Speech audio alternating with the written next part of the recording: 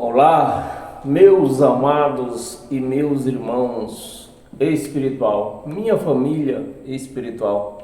Chegou o momento mais agradável das nossas vidas, o momento em que partilhamos este pão e esta família espiritual se servirá deste pão que vai ser partido agora. Então, meus amados, sejam bem-vindos a esta sala, este canal no YouTube Ed Nova Aliança. Sejam bem-vindos a esta página no Facebook Ed do Teclado. E vamos juntos e misturados recebemos o pão de Cristo. Meus amados, o título do nosso estudo de hoje talvez alguém já tenha ouvido, né? O título do estudo chama O Religioso e o Desengrejado. Esse é o título do nosso estudo, né? Vou repetir: o religioso e o desengrejado. Então, para acompanhar esse estudo junto comigo, vou pedir para você abrir a sua Bíblia no livro de Lucas, né? E vou pedir para você compartilhar esse vídeo nas suas redes sociais, para que outras pessoas necessitadas de ouvir uma palavra fiel e verdadeira venham alcançar também esta palavra. Porque foi através de um canal destes que eu cheguei a conhecer esta palavra verdadeira, da qual há 31 anos que eu estava dentro de uma chamada igreja e não tinha este conhecimento. Então, meus amados, sejam bem-vindos para juntos participarmos deste pão. Amém? Eu já pedi para você compartilhar, dar um like nesse canal lá no YouTube, dar um like nesse canal na página do Facebook, para que assim o YouTube e o Facebook entendam que esta palavra precisa ser divulgada e outras pessoas venham ter acesso. Amém, pessoal? Então, meus amados e minhas amadas, sejam todos bem-vindos. Sejam todos bem-vindos, você, Claudene, e a todos que vão entrando aos poucos nesta sala. Vou pedir para você abrir a sua Bíblia no livro de Lucas. Lucas, eu quero ressaltar que o sistema religioso tem este livro como Evangelho de Cristo, Novo Testamento. Bem, Evangelho ele até pode ser, mas Novo Testamento não pode ser. Evangelho sinônimo da lei.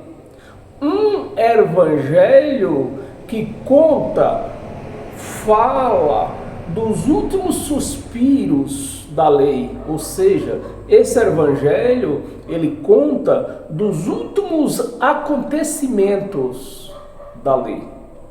Então, portanto, não é Novo Testamento.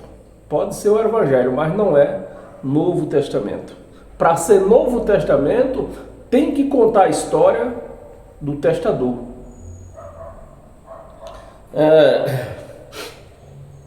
Porque Novo Testamento quer dizer se ele só serve se for aberto. Esses evangelhos aqui, Mateus, Lucas, Marcos, Tiago, né? Estes evangelhos, eles não abrem o testamento.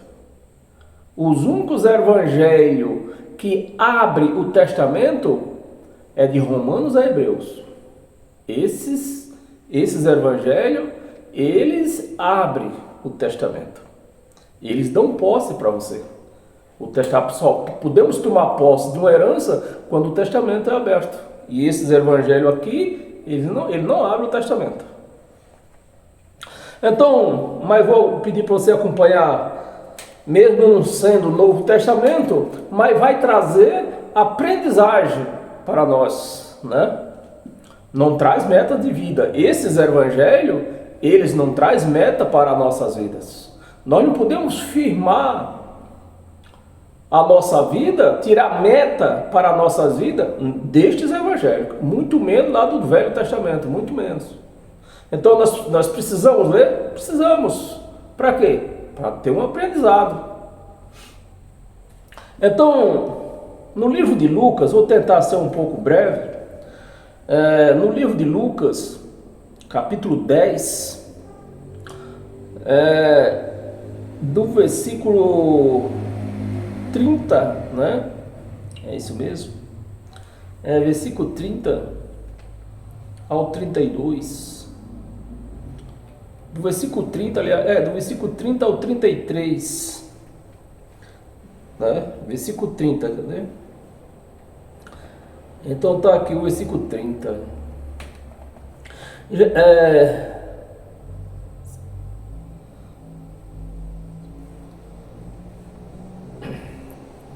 Nós começamos aqui, que nós temos outra parte aqui deste mesmo capítulo aqui.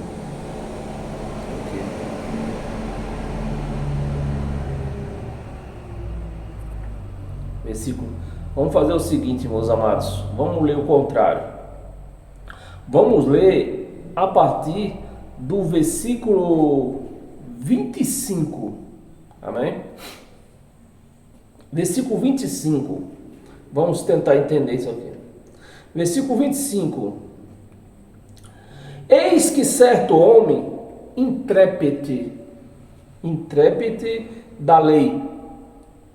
Quem eram os intérpretes da lei? Os fariseus. Eram os fariseus os intérpretes da lei, chamados de mestre da lei, chamados de doutor da lei. Então, se nós temos hoje um homem lá em cima do local chamado altar, querendo interpretar a palavra de Deus, ele pode ser chamado de quê? De fariseu. De um fariseu, porque era eles que interpretavam a lei. Mas vamos tentar entender. Eis que um certo homem, intérprete da lei, se levantou com o intuito de pôr Jesus à prova. E muitos têm se levantado, quando eu comento nessas redes sociais, que pessoas não podem ser pastor, pessoas não podem ser profeta, porque isso foi encerrado no tempo de João, do apóstolo João, né? Profecia acabou em João. Que você aceite, você é um pastor que está ouvindo isso aqui, se você aceite, se você quiser, aceite ou deixando de aceitar, mas acabou. Então você nunca pode ser um profeta, porque profeta, o último foi o João Batista, o último profeta. Então não tem mais profeta.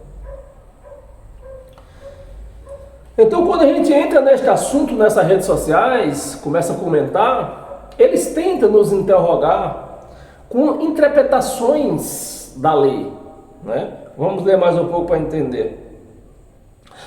O intuito de provar Jesus. Então ele tenta nos provar que eles estão certos pregando lei. A lei acabou. A lei acabou. Aceite você ou não. A lei acabou. Se hoje alguém se levanta pregando lei, está pregando mentiras. Porque a lei foi uma... vou explicar, eu gosto de explicar, bem explicado. A lei, ela não foi uma verdade. A lei, ela foi meia verdade. Ela foi meia verdade quando ela valia, quando ela vigorava. Que vigorou até quando a lei vigorou? Até o ano 70, na era de Cristo. Então, do ano 70 para cá, acabou também tudo. Então, se alguém em cima do local chamado altar, que não é altar, a igreja de Cristo não tem altar de pedra. Então, se não é o altar, é o quê? Um picadeiro. Um picadeiro. Então, meus amados, E os fariseus, os intérpretes da lei, né? Os escribas, né? Que eram os escribas e os fariseus, os homens que mais Jesus falou mal deles quando ele andava sobre a terra, né? Falava mal dos fariseus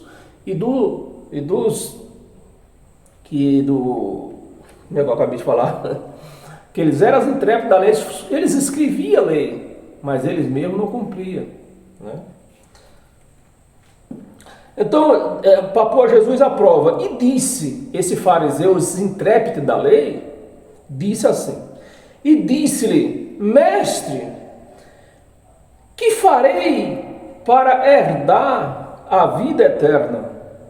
Então chegou um fariseu, intérprete da lei, né? E fez essa pergunta para Jesus, querendo, que você já leu, não querendo concordar com Jesus, mas ao contrário, querendo pôr Jesus à prova, né? Então Jesus lhe perguntou, Jesus respondeu com outra pergunta. Veja a sabedoria de Jesus. Respondeu com outra pergunta. Então lhe perguntou: o que está escrito na lei que eles faziam? Eles escreviam, eles interpretavam a lei dos escribas.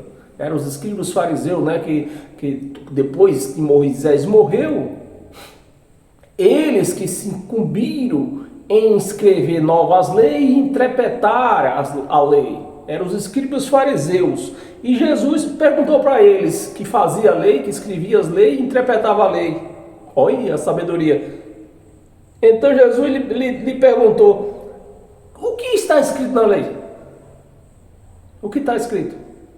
Perguntou porque Jesus queria mergulhar ele nos próprios erros deles, né? O que está escrito na lei? Como tu interpretas a lei?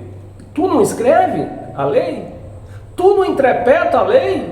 E como tu interpreta? Aí a isto ele respondeu, o escriba respondeu. Ele respondeu assim, os escribas, né?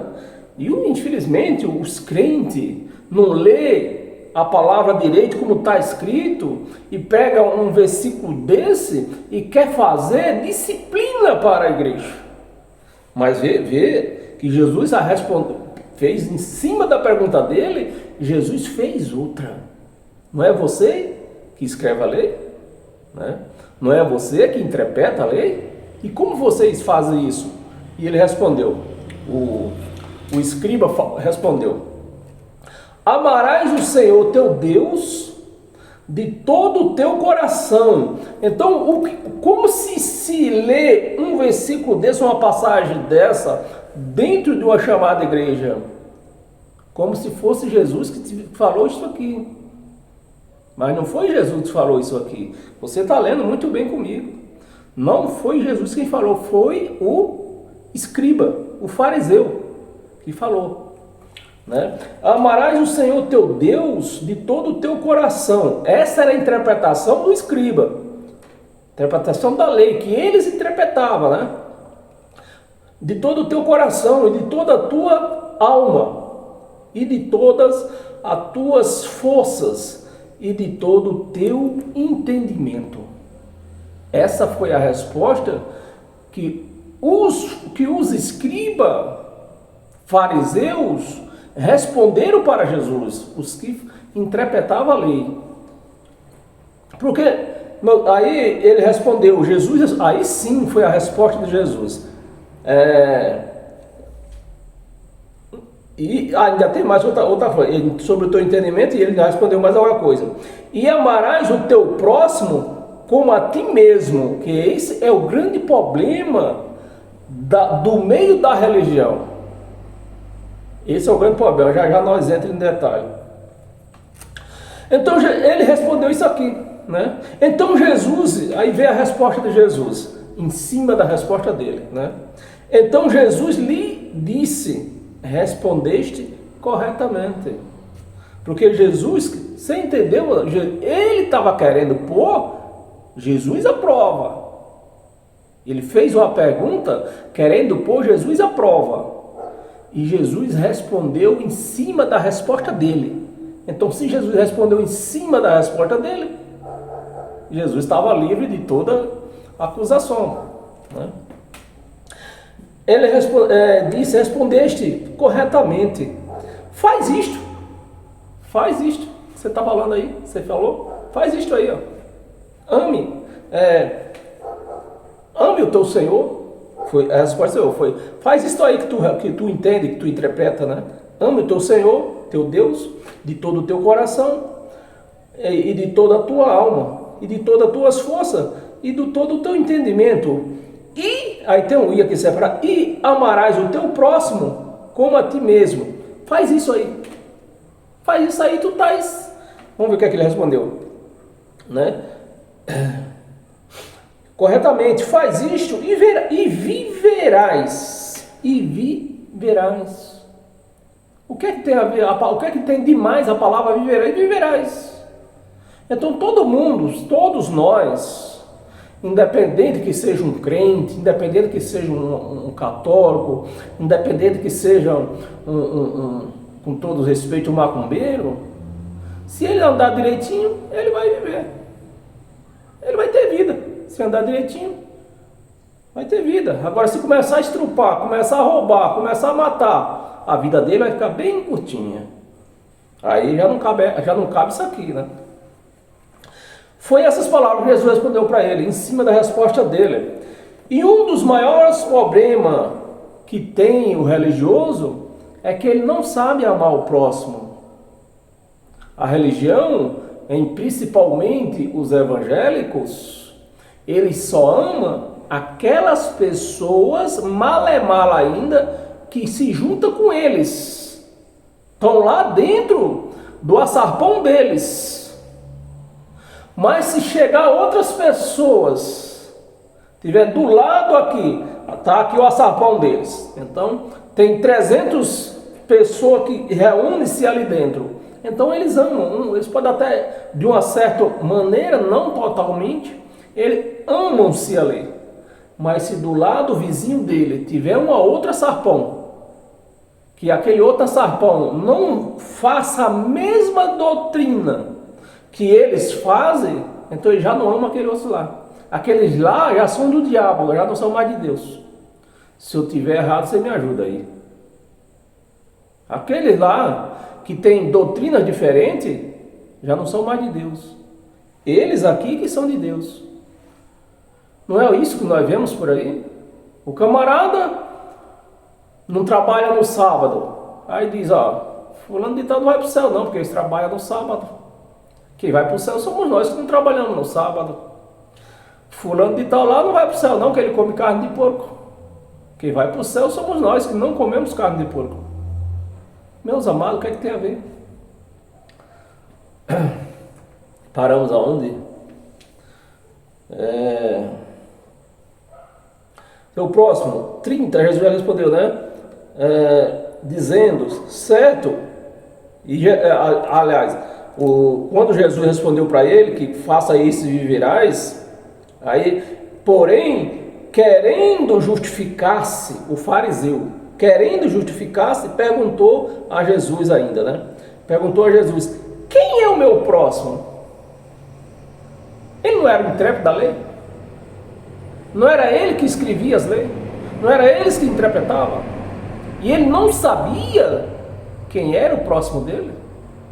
Ele não sabia que teria que amar a Deus e o seu próximo?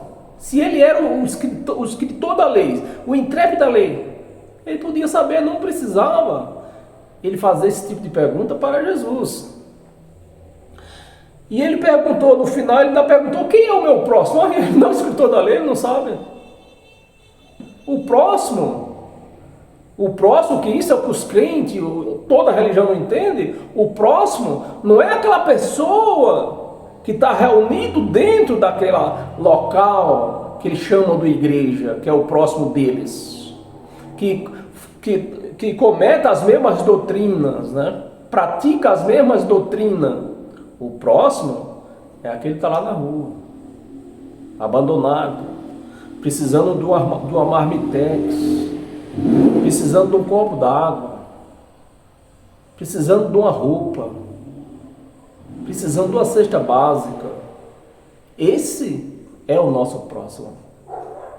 Mas assim como o fariseu não sabia que era o próximo dele, os crentes hoje, que se diz santo, também não sabem o que é o próximo dele. Não sabem.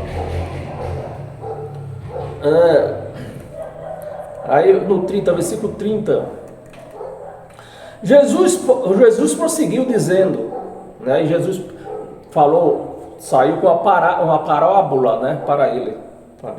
Jesus prosseguiu dizendo, certo homem, para você ver como que é um religioso. Por isso que o nosso título é o religioso e o desengrejado. O religioso é aquele que ama só eles mesmos. E os desigrejados, religioso, meus amados, né? Essa palavra religião, quem inventou esta palavra religião foi Tiago. Foi Tiago que inventou a primeira palavra religião, saiu da boca de Tiago. Como Tiago não pregava a graça, Tiago pregava a lei, e na lei era religião, né? Então Tiago saiu com esse negócio de religião. A palavra religião do grego, ela quer dizer religare. Religares a Deus, né? Religar a pessoa, o ser humano, a Deus. Mas nenhum homem que diz que é pastor, que diz que é apóstolo, que diz que é sacerdote, nenhum homem deste pode fazer isto, religar o ser humano a Deus. Por quê? Ele não pode fazer isto, porque Jesus já fez. Eles não podem fazer uma coisa que Jesus já fez. Então, Jesus já religou o homem a Deus, já fez essa paz. Tentar fazer isso hoje é anular o sacrifício de Jesus. Tentar religar o homem a Deus. Porque se eu falo para você que você precisa vir aqui digamos que aqui é uma igreja aqui, né? Que você tem que vir para essa igreja porque você tem que se fazer as pazes com Deus, você tem que se religar a Deus, e Jesus foi que fez com o sacrifício dele. E o que foi que Jesus fez? Nada? Não serviu para nada? Se o homem tem que fazer essa religação de novo, é como se Deus tivesse feito as pazes naquele tempo lá, há 2000 anos atrás, e ali serviu, teve um tempo de validade, venceu, e hoje está aí a igreja de novo nas mãos dos homens, necessitando que esse homem faça essa religação com Deus. Não vai acontecer nunca, porque o homem não tem esta capacidade. Só Deus teve esta capacidade. Para fazer essa religação, ele teve que descer. Ele teve que descer para fazer isto. E ele não vai descer mais. E essa paz está feita em nós através do Espírito Santo. Já está feita. Mas infelizmente os crentes não veem isto. Não vê essa obra. Os crentes não vê essa obra feita. O que os crentes vê, que eles não esquecem, é de um homem sangrando lá no madeiro. Um homem com a coroa de espinho na cabeça. Um homem levando chicotada. Um homem com as costelas furadas através de uma flecha. Isso é o que os crentes vê. Os crentes não vê essa obra feita. O Espírito Santo em nós. Em mim, em você, em todos nós.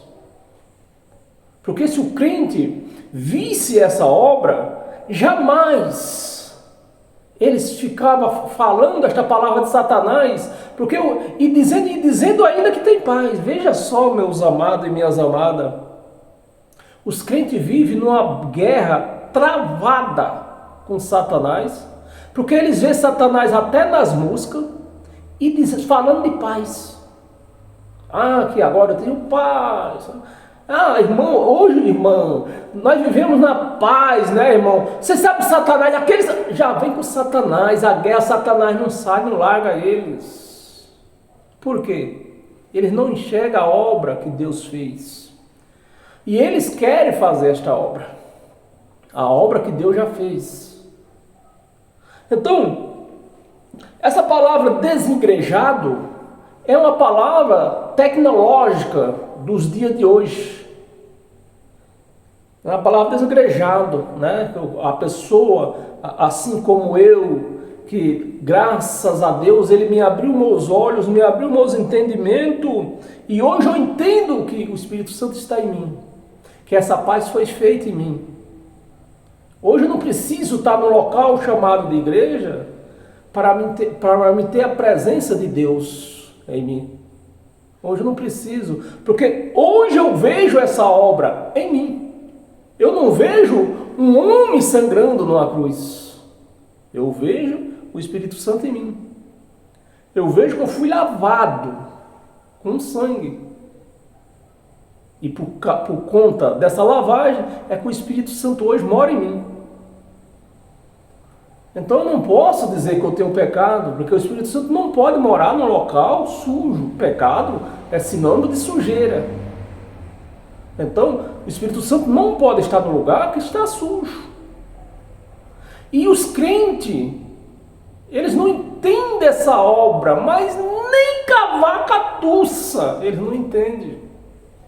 Que eles foram lavados, a obra foi feita, não precisa eles fazerem mais obra, porque a obra foi feita, eles não têm condições de ligar homem a Deus, porque Cristo já fez essa obra, não tem mais obra, não existe mais obra, que Jesus derrotou o Satanás na cruz, eles não vêem nada disso. Aí fica nessa guerra travada com Satanás e dizendo que estão em paz. Oh, que paz, que paz! Você não conversa, você não consegue conversar com um crente 2 minutos sobre a palavra de Deus para não entrar o nome de Satanás no meio. Você não consegue. Não consegue. Por isso que em breve eu vou fazer um raciocínio, não vou abrir Bíblia, mas eu vou mostrar para vocês, pelo raciocínio, eu vou mostrar para vocês aonde é o trono de Satanás. Aonde é o trono de Satanás. Aonde Satanás vive. Então, meus amados, vamos continuar lendo, senão o relógio não espera. Paramos no versículo 30, né? Foi isso? Versículo 30. Jesus, porém, dizendo, certamente o homem descia de Jerusalém para Jericó. Ou seja, você está vendo? Desceu da onde? De Jerusalém. Então o homem acabou de sair da onde? Da igreja, do templo. Acabou de sair do templo. Cheio do Espírito Santo. Era para ele estar saindo e fazendo o quê? Tudo quanto era de bom por aí afora. Dando pão a quem tinha fome, dando de beber a quem tinha sede, estendendo as mãos para os doentes. Mas não foi isso que aconteceu. Veja, vamos ler. Saiu de Jerusalém, do templo, né? Jerusalém, para Jericó, e veio a cair em mãos de salteadores, né? Em mãos de salteadores, os quais, depois de tudo lhe roubarem e lhe acusarem de causarem muitos ferimentos, retiraram-se, deixando-o semi-morto. Então, o que aconteceu aqui? Você já entendeu? O homem saiu de Jerusalém. Se ele estava em Jerusalém, com certeza ele estava no templo, porque Jerusalém era um círculo, era cercado, e no meio o templo. Então quem ia para Jerusalém ia no sentido de quê? De ir no templo. Versículo 31.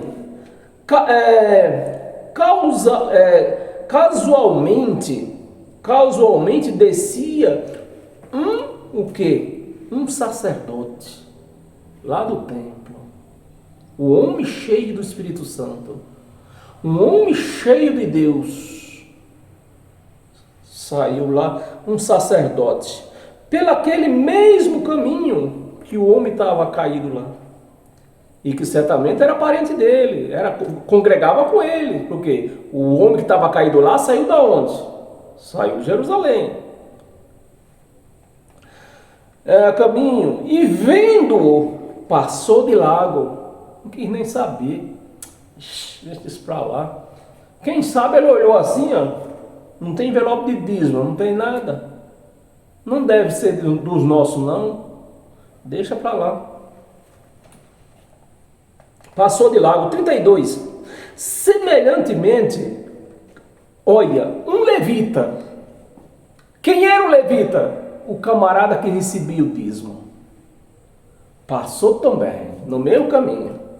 Um levita descia pelaquele mesmo caminho, né? Pelaquele mesmo caminho. E vendo, passou de largo. Certamente o levita olhou, não tinha envelope, não tinha nada. Passou de largo. 32. 32. Não, no 32 já lembra, né? Passou de largo. Vendo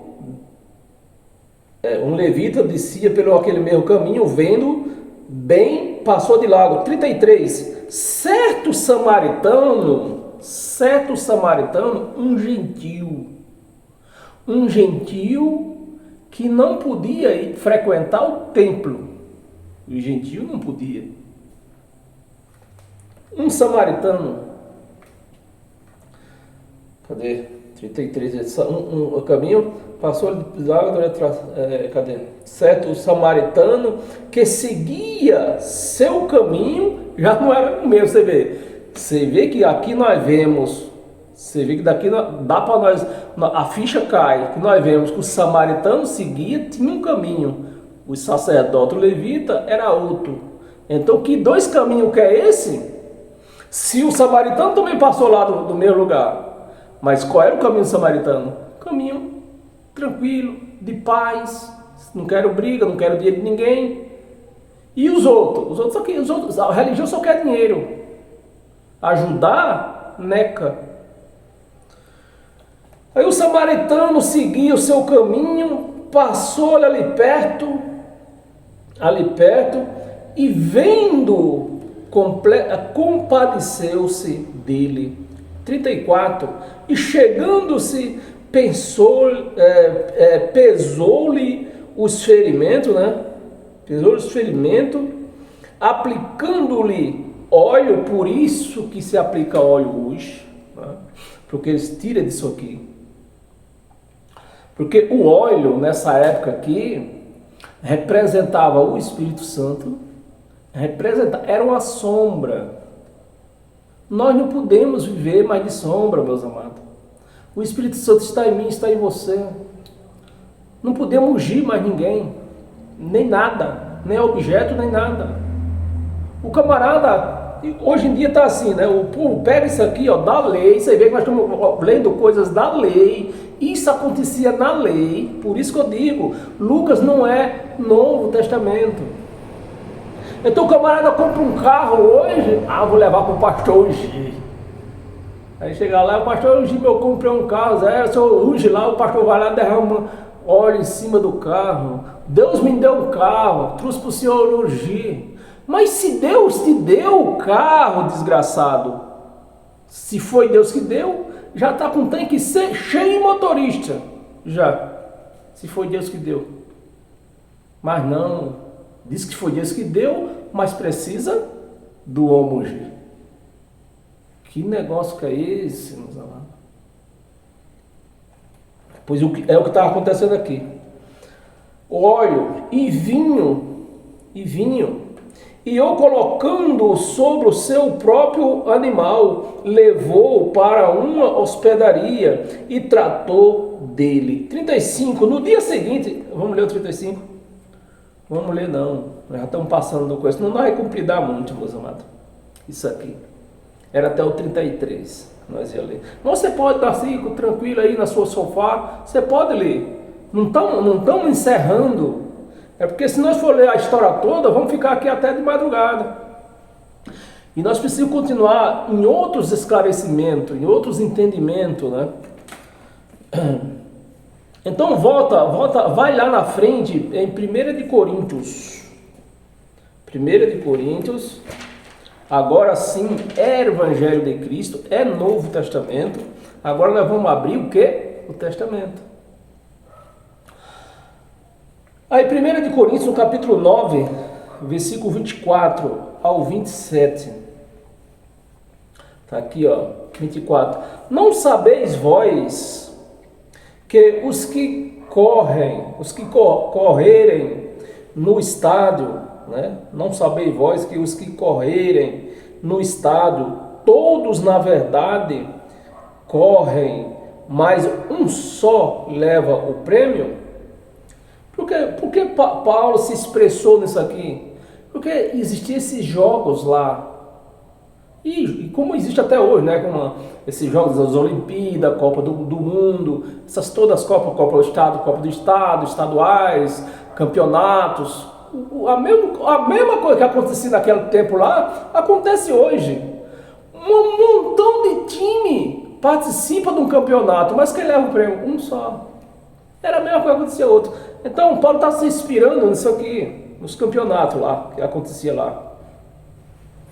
É que qualquer hora eu vou pregar sobre isso, mas sobre o julgamento. Nem sei se é depois que eu falar dos 4 cavaleiros, só falta um, né, o amarelo, precisa mais eu falar mais de julgamento. De julgamento é a palavra certa, como é que chama?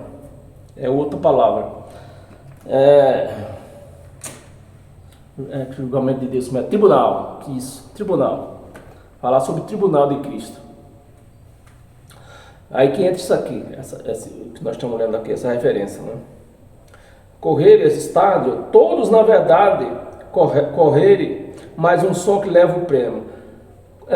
Correrei de tal maneira, de tal maneira que o alcanceis, Isso aqui nós podemos aplicar em que hoje? A sua fé tem que ser firmada de uma maneira que a sua fé, você alcança aquela esperança sua, aquela fé sua, seja alcançada.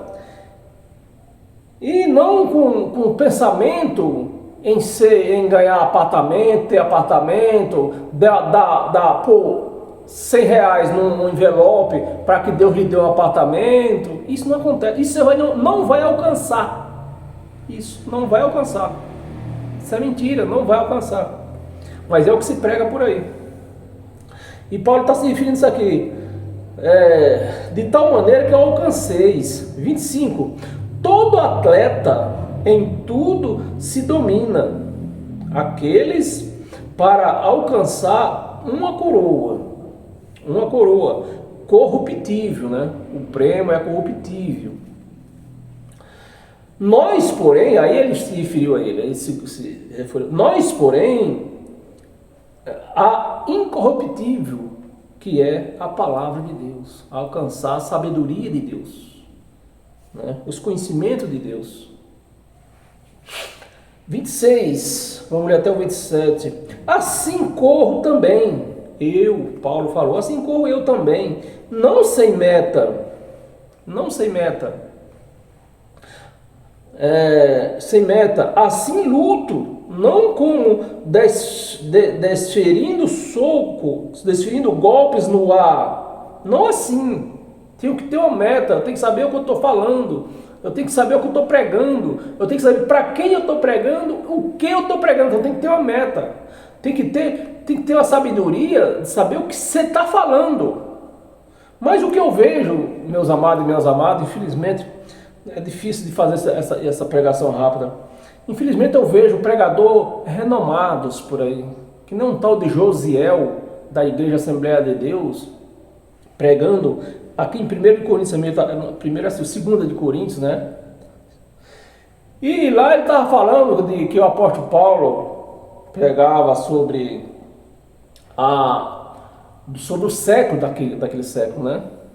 Mas Paulo está pegando sobre o século que eles viviam, o fim daquele século, né? E ele falando do século do dia de hoje, como fosse hoje. Não, Paulo está falando do século que eles viviam. Então o que aconteceu, o que eles pregavam para aquele século é uma coisa, o que se prega hoje é outra coisa. O mundo evoluiu. Nós não podíamos ficar no espelho de Paulo. Paulo pregava por espelho, nós não. Nós já não temos mais esse espelho. Esse espelho passou, ficou para trás também. Paulo vivia no cruzamento da graça e da lei. Nós não vivemos, nós vivemos só na graça.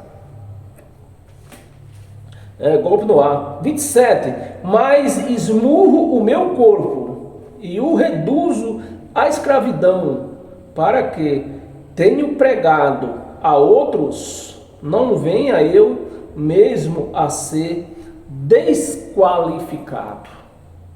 Então, quando eu entro na página de um sujeito que prega a lei, que eu começo a desqualificar ele por conta do Espírito, da graça de Deus, usando a palavra da graça de Deus, aí eles querem morrer, não aceitam. E abra sua Bíblia em Gálatas, né? Gálatas, no capítulo 2, um versículo só. Só para nós tirar um pequeno entendimento também daqui. Gálatas capítulo 2, versículo 6. E quanto aqueles que parecia ser de maior influência, Paulo está falando aqui de quem, meus amados? Está falando de Pedro, de Tiago e de João. Aqueles aonde Paulo recebeu foi convertido no seu início de tudo. E Paulo se converteu no meio deles. E Paulo, você vê o que é o entendimento. Paulo, ele foi um grande teólogo que viveu nos ensinamentos de Gamaliel, na lei. E Paulo, só para você ver o que é que o engano faz, né? E Paulo perseguia a igreja primitiva com as suas leis da lei, por conta da lei, né? E ele não percebia que aqueles que ele perseguia pregavam a lei também. Mas quando Paulo foi arrebatado no terceiro céu, é que ele percebe, a ficha dele cai. Puxa, eu segui a lei, eu aprendi lei, eu era teólogo da lei, perseguindo os caras da lei. Pregava a lei, eu nem via que eles pregavam a lei também, igual eu. Só depois disso que a ficha de Paulo caiu. E quanto aqueles que parecia ser de maior influência, quais tenha sido outra hora, então outra hora quando Paulo se converteu no princípio no meio deles, então outra hora para Paulo, eles causavam, Pedro, Tiago e João, causavam influência em Paulo. Influência, quais tenha sido outra hora, não me interessa. Deus não aceita a aparência de homens. Esses digo que me parecia ser alguma coisa. Olha, porque Paulo está falando aqui de Tiago, de João e de Pedro. Ele está dizendo, esses Pedro, João e Tiago me parecia ser alguma coisa, mas eles não eram de nada. É a mesma coisa hoje, quando eu aplico a palavra da graça nesses teólogos que pregam a lei, que eu digo, vocês parecem ser alguma coisa, mas vocês não são de nada. Vocês não são pastor, porque o nosso pastor é Cristo. Então vocês não é nada. Você não é profeta, porque o último profeta foi João Batista. Então você não é nada. Aí eles não aceitam, né? Aparência de homem. Digo que me parecia ser alguma coisa. nada me acrescentaram. Olha, nada me acrescentaram. Foi quando Paulo, caiu a ficha de Paulo, que Pedro, João e Tiago pregavam a lei igual ele. Então não acrescentou nada. Nada me acrescentaram. Eu vou ler só os 6 mesmo, senão nós vamos ficar aqui até 4 horas da manhã. Abra sua Bíblia em Marcos. Marcos, capítulo 11, versículo do 12 ao 14. 12. No dia seguinte, quando saíram de Betânia, né? Essa passagem é a passagem que Jesus saiu de Betânia e vinha junto com os discípulos, e ele teve fome, foi na figueira.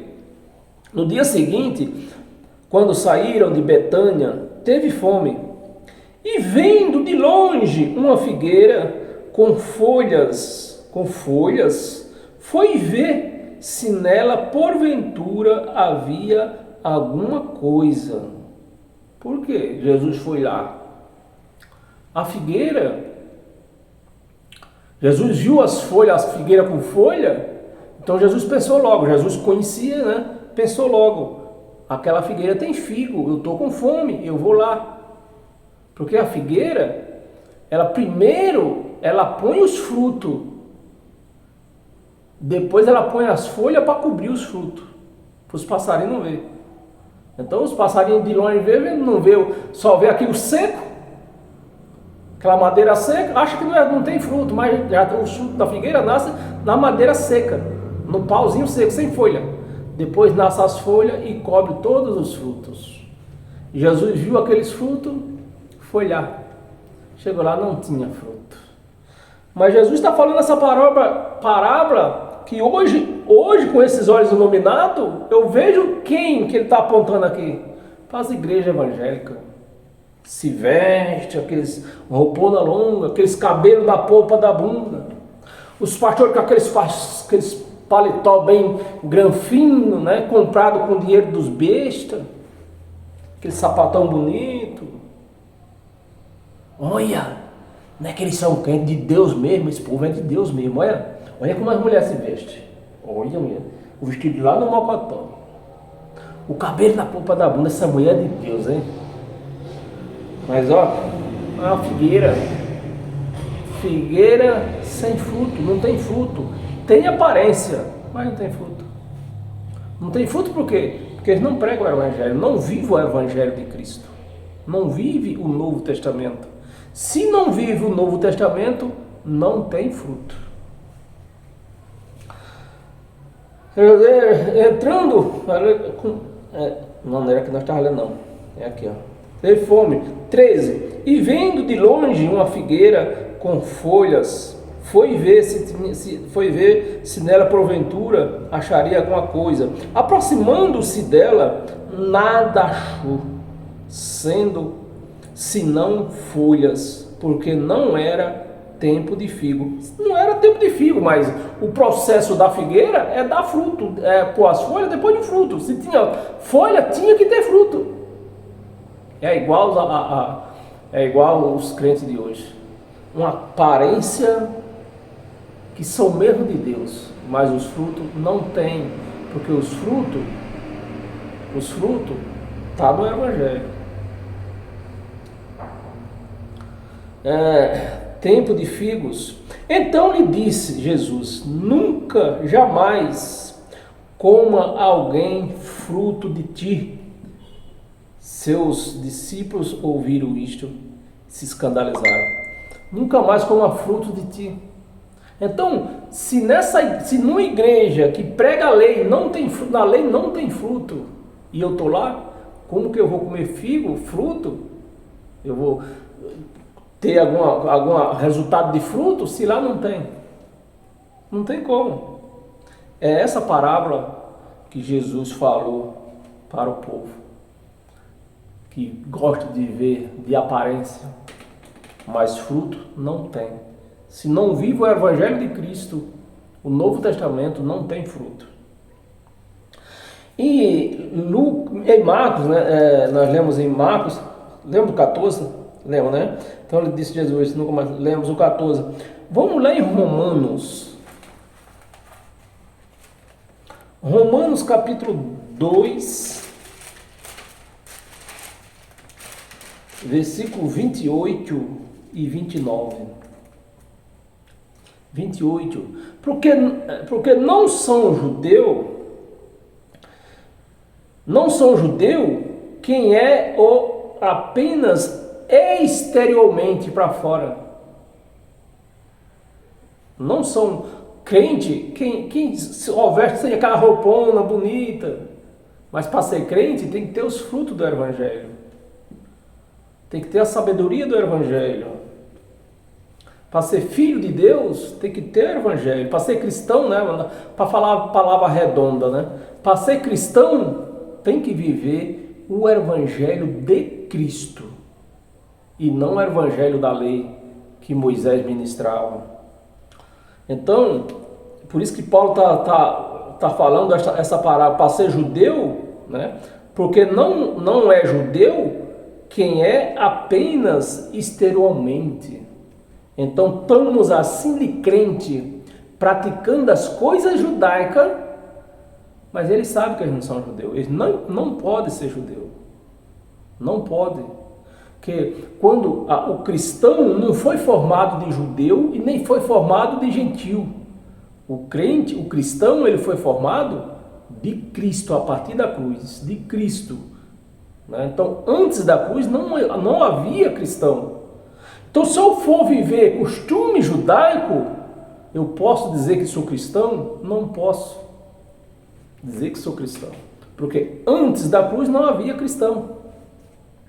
Então tá assim de crente, ó. É castiçal de judeu, é véu judeu, é chofar judeu, fora os costumes, né? Ceia judaica, que é Páscoa, né? Páscoa, é jejum, tudo judeu. Então eles não são. Não pode dizer que são cristãos. Ou seja, a palavra que podia ter sido assim, ó, não são cristãos quem pratica os costumes judeus, né? Que o cristão é aquele que pratica o Evangelho de Cristo. Porque não são judeu quem é apenas na aparência, exteriormente, nem é circuncisão, aqui é somente na carne, porque naquela época os judeus se circuncidavam. E o batismo nas águas hoje representa isso, a circuncisão. 29. Porém, judeu é aquele que é interiormente, dentro, interiormente. E circuncisão aqui é do coração, no espírito e não na carne. Mas os crentes têm uma preocupação com a carne que só Deus na causa.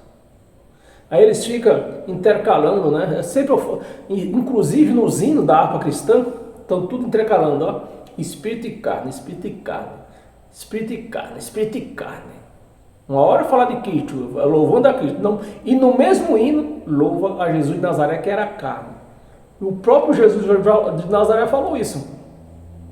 O próprio Jesus falou, ó, quem é nascido da carne é carne, quem é nascido do Espírito é Espírito. E Jesus de Nazaré nasceu da onde? De Maria. Então era carne. Os crentes não entendem isto. Porque judeu, aquele que nasce interiormente, circuncisão não é aquele que, do coração, no espírito, não segundo a letra. Não segundo a letra. De que letra Paulo está falando aqui? Os 10 mandamentos, a letra, os mandamentos de Moisés. Não segundo a letra. E cujo louvor não procede dos homens. Não procede dos homens, mas de Deus. E para nós continuar, nós estamos em Romano mesmo, estamos no capítulo 2, vai até o capítulo 12.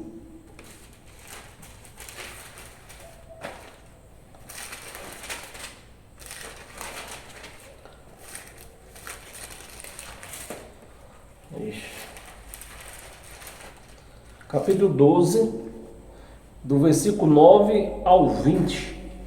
Tem essa passagem, mais 3 passaginhas curtas, do 9 ao 20. 9. O amor seja sem hipocrisia, detestai o mal, apegando-se-vos ao bem, né? Pegando ao bem, amai-vos cordialmente uns aos outros, coisa que na religião só ama se o camarada frequentar aquela igreja, as outras já são do diabo. Amai uns aos outros com amor fraternal, preferindo-vos em honra uns aos outros. 11. No zelo, não seja remissos, sedes fervoroso de espírito, servindo ao Senhor. Bem, servindo ao Senhor. No versículo 11 tem uma observação aqui para fazer. Em tudo isso aqui, servindo ao Senhor. Então, o que é servindo ao Senhor nos dias de hoje? Nesse tempo aqui, é uma coisa que nós temos que atender ao que eu falei contra, eu falei contra o Osiel, sendo ele é professor de teologia. E eu falei porque servindo o Senhor. Então ele como professor devia notar quando acontecem esses pontos aqui, né? Servindo ao Senhor. Então na época de Paulo, dos apóstolos, ele servia ao Senhor. Por quê? Ele não tinha voltado ainda. Então a ordem que fosse pregado o evangelho até a volta dele. Aí eles eram servos. Mas a partir da volta dele, ele agora é que nos serve. Ele está em nós, nos servindo, nos livrando de tudo. Até o ar que nós respiramos, é ele que dá. Então como que eu vou poder servir um ser desse? Como? Não tem como. Servindo ao Senhor. Então eles misturam, não vê o tempo da leitura, do que foi escrito, aí mistura as coisas. Regozijai-vos na esperança. Pronto, outra observação.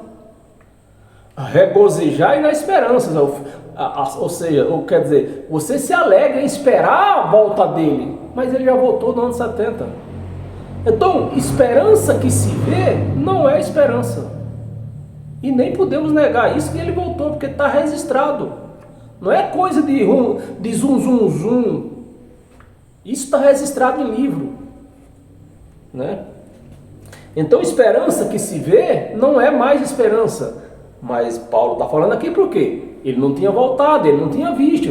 Então, eles viviam esperando. Então, é isso que tem que ser entendido. Porque se nós não entender isso, vai ficar que nem o pregador de teologia, Osiel. Uma coisa que aconteceu no passado, trazendo para o dia de hoje. Como que fosse hoje, aí não pode. Esperança, sede paciente na tribulação, porque eles iam passar a tribulação.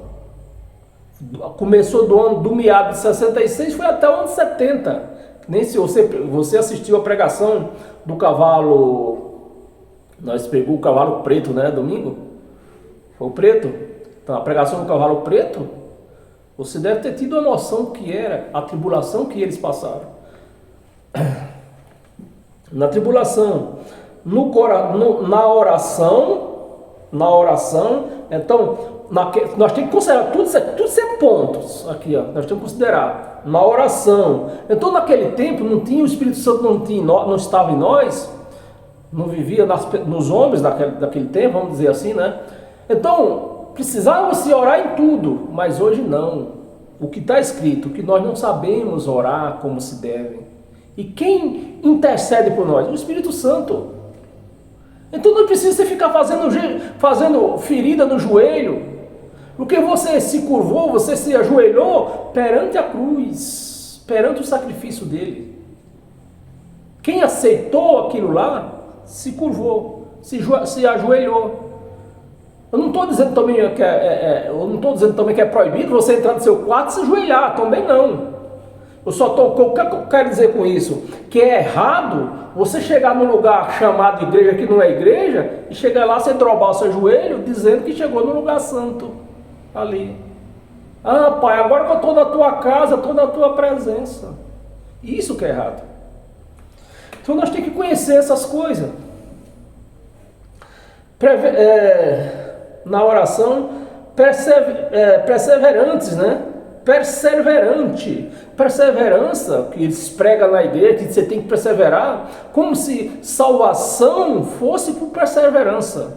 Mas a salvação não é por perseverança, a salvação é por graça e merecido. Isso já foi dado, já foi nos dado. Vamos ler nós já lemos até o 14, versículo 13. Não, vamos ler até o 20, né? Versículo 13. Versículo 13. Compartilhai as necessidades dos santos. As necessidades dos santos, né? Servir um outro. Aquele negócio que eu falei do princípio, né? Dá fome, você dá uma marmita a quem tem fome, dá água a quem tem sede, dá um remédio, essas coisas aí. Compartilhai as necessidades dos santos. Praticai hospitalidade, abençoai os que vos perseguirem, a quem vos persegue, abençoai os que não amaldiçoem, isso mesmo, os que não perseguem, abençoai e não amaldiçoe, essa palavra, abençoai e não amaldiçoe. Aí vamos para o versículo 15. Alegrai-vos com os que se alegram e chorai com os que choram. Aí eles pegam esse versículo aqui, ó, e aplicam para dizer que você não pode ir para a festa. Não, você não pode ir para a festa não. Ele esquece até da primeira aqui, alegrai com os que se alegra, né? Ele esquece isso. Aí aplica só essa outra, chorai com os que choram. Pronto. Você não pode ir para uma festa, não pode ir para lugar nenhum mais. 16. Tende o mesmo sentimento uns para com os outros. Em lugar de seres orgulhosos, condescendei com a que é humilde. Não sejais sábio aos vossos próprios olhos. 17. Não torneis a ninguém mal por mal. Esforçai-vos por fazer o bem perante todos os homens. 18. Se possível, quando depender de vós, tendes paz. Se possível, tende paz. Não é porque essa palavra aqui, e já está dizendo se possível, agora um cara pisa no meu calo e eu vou ter que ficar quietinho. Paz, senhor, irmão, você pisou, pode pisar de novo. É isso? Não. Nós temos que ser temperante nas palavras e nas atitudes, né? Se possível, quando depender de vós, tendes paz com todos os homens. 19. Não vos fingis a vós mesmos, amados, mas dai lugar, amados, mas dai lugar à ira. Que negócio é esse? Peraí, vamos ler direito. Não vos fingeis a vós mesmos, amados, né, que ele falou, mas dai lugar à ira, porque está escrito, a mim me pertence a vingança, eu é que retribuirei, diz o Senhor. E essa vingança aqui, ele já estava falando lá do Apocalipse, do acontecimento do Apocalipse, né? Diz o Senhor: pelo contrário, se o teu inimigo tiver fome, dá-lhe de comer, e se tiver sede, dá-lhe de beber, porque fazendo isto, amontoais brasas vivas sobre a tua cabeça, né? Não deixe vencer do mal, mas vence o mal com bem. Vamos, aí chegamos até o fim, né? Chegamos até o 20, 21. Lembra, até o 21, nem era para ler. Mas e para nós ver mais alguma coisinha dessas aqui, ter mais entendimento, agora nós vamos dar outra passada na lei. Abra a sua Bíblia no Provérbio.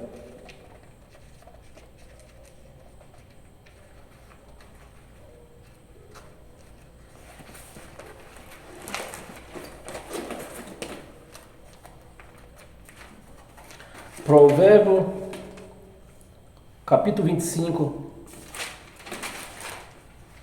2 versículos 20, 21 e 22. 21.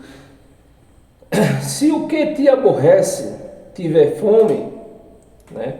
O que Paulo leu lá é o mesmo que ele leu, ele copiou da lei, né? É uma cópia que ele fez, um paralelo. Se o que te aborrece tiver fome, dá-lhe o pão, né? O que te aborrece. Então, se eu tenho um vizinho aqui e ele tiver fome, eu dou. Se eu tô uma pessoa que eu conheço, eu gosto tanto muito daquela pessoa, e aquela pessoa está passando necessidade, aí eu vou lá e dou o pão. Eu estou fazendo alguma coisa demais? Não. Quando que eu estou fazendo alguma coisa demais? Quando eu dou para um que tem me aborrecido. Ou seja, para uma pessoa que eu não gosto dela, aí sim eu estou fazendo algo demais. Algo a mais. Demais não, a mais, né? Mas quando eu dou para um ente querido, para um conhecido que eu gosto, para um vizinho que eu gosto, não estou fazendo nada demais, estou fazendo a minha obrigação.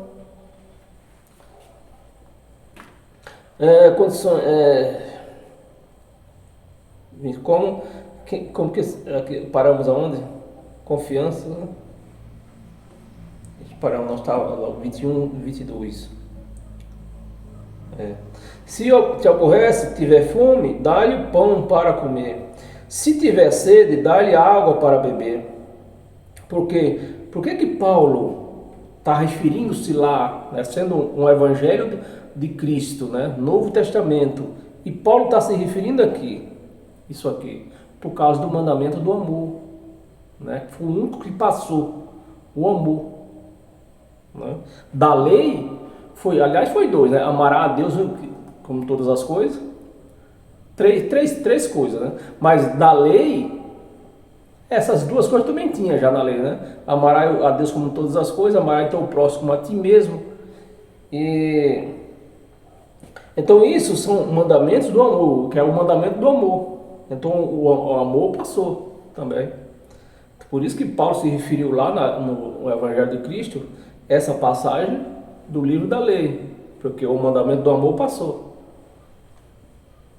Dá-lhe água para beber. 22. Porque assim amontoarás brasa viva sobre a sua cabeça, e o Senhor te retribuirá. É o que nós lemos lá em Romanos, né? Falta duas passagens, e uma delas é Filipenses.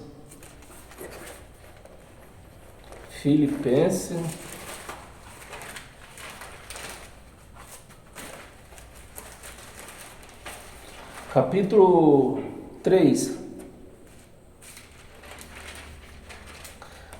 Capítulo 3, versículo 12, 13 e 14. Versículo 12. Não que eu a tenha já recebido, né, ou tenha já obtido a perfeição. Então, ele não tinha. O que Paulo está falando, pregador da graça? Não que ele tenha já recebido, que Paulo, ele pregava a graça, mas não vivia totalmente, por conta de que? Da lei que vivia ali também, a lei vivia cruzando.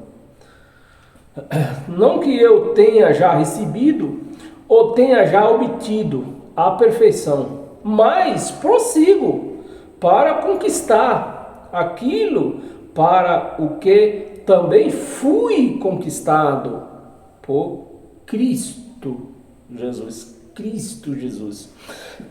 Meus amados, uma coisa que você precisa aprender, o cristão, né, precisa aprender, quando nós vamos pronunciar a palavra Cristo, não é errado você pronunciar, que nem está escrito aqui, Cristo Jesus.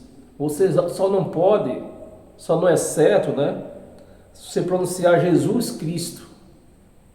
Porque hoje nós estamos na pessoa de Cristo. Cristo como a primeira pessoa. Jesus era a primeira pessoa quando ele vivia na terra. Quando ele tinha o reinado dele. O reinado de Jesus acabou no ano 70. Então, o que ficou depois do ano 70? O que continuou? O Cristo, o próprio Deus, o Espírito. Então, nós temos que aprender isto, né? Quando quisermos pronunciar esse nome, pronunciar logo Cristo. Só Cristo já estava bom. Agora, se a pessoa ainda quer Cristo Jesus, que é referência do Cristo que estava em Jesus. Então nós temos que pôr Cristo na primeira pessoa. Mas, infelizmente, o sistema todo religioso põe Jesus na primeira pessoa e Cristo na segunda pessoa. Versículo 12, versículo 13. Irmãos, quanto a mim, não julgo havê-lo alcançado. Quanto a mim, não julgo havê-lo alcançado. De quem Paulo está falando? Da graça. Paulo não alcançou a graça totalmente. Por isso que ele não se julgava. Né? Tem o viver da graça. Que ele viveu uma graça, meia lei. Porque ele era obrigado a praticar coisas da lei. Era obrigado. Né? Alcançado. Mas uma coisa faço. Esquecendo-me das coisas que para trás ficam. Das coisas que para trás ficam. O crente não deixa Jesus para trás. É necessário deixar. Porque Jesus teve seu tempo. Foi um grande homem, um grande profeta, filho de Deus, mas com tempo limitado. Acabou no ano 70. Venceu o prazo dele. Os crentes não reconhecem isso. Que para trás fica e avançando. Os crentes não avançam, fica antes da cruz. Jesus de Nazaré, que Jesus orou, que Jesus se jejuou, que Jesus sangrou, que Jesus foi crucificado, que Jesus foi isso aqui, Jesus foi no deserto. Meus amados, é preciso passar da cruz. É preciso. Para trás fica e avançando para as que diante de mim estão. Diante de mim estão. Que Paulo sabia que a graça ia dominar, ia chegar esse dia que a lei ia parar de uma vez e parou no ano 70. Então Paulo sabia disto. Avançando para as que adiante de mim estão. 14. Vamos ler até o 14, né? 14. Prossigo para alvo, para que o prêmio da soberana, olha só, meus amados, o peso desse versículo 14, prossigo para o alvo. Ele não via na graça? Vivia, mas era meia, que nem diz aqui o ditado que diz, né? Meia massa, meio tijolo. Por isso que ele não considerava assim. 14, né? Prossigo para o alvo. Para quê? Para o prêmio, prossigo para o alvo, para o prêmio da soberana vocação de Deus em Cristo Jesus. Então, vamos ler rapidinho esse 15, 16 para não ficar solto aqui. Todos, pois, que somos perfeitos,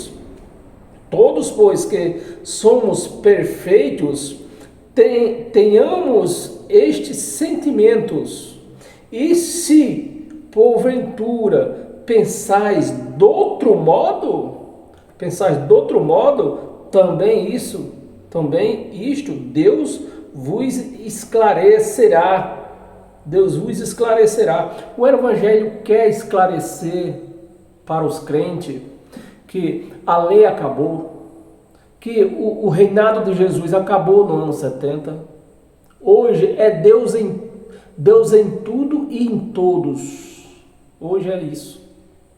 E Jesus de Nazaré não era Deus, estava no lugar de Deus. Esclarecerá. 16. Todavia andamos de acordo com o que já alcançamos. Já alcançamos, de acordo com aquilo que nós já alcançamos. Meia massa, meio tijolo. Meia graça, meia lei. E para nós encerrar hoje, meus amados, com todas as sortes de bênção, nós vamos visitar outra vez a lei, né?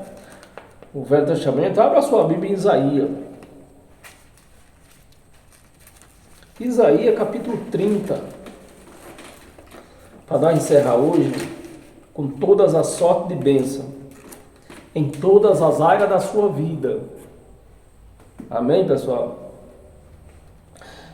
Isaías capítulo 30, versículo 21. Um versículo só. Versículo 21. Então está: Quando te desviares para a direita e para a esquerda, te desviareis para...